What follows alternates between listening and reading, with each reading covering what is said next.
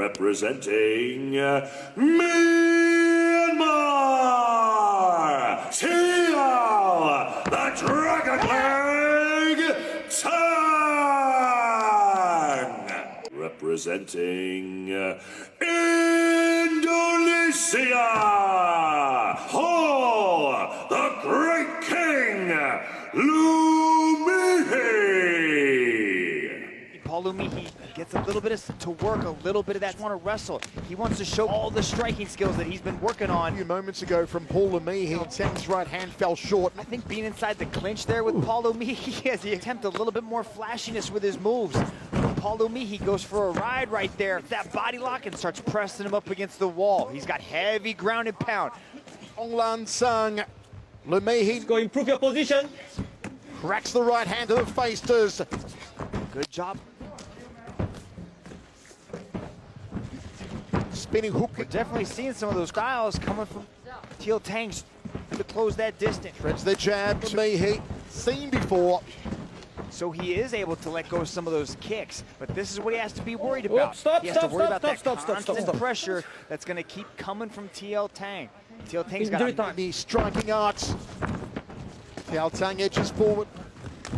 Lumihi left the chin exposed as he threw that round kick.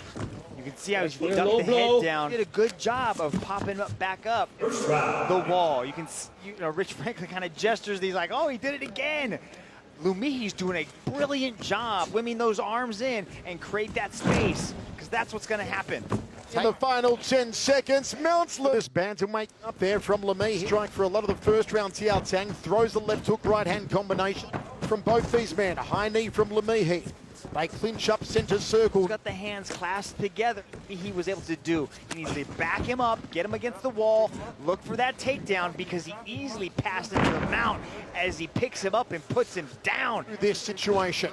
Yeah, it's a bad spot. A little bit of leverage off of the fence to work his way back up, because he doesn't want to sit here in this position. Watch your fingers to the eye. Watch your fingers to the eye. Nice elbow. You don't want your opponent needs to create movement. Step, So I believe that Onglan is speaking Burmese. That's it. One championship, and have a look at this.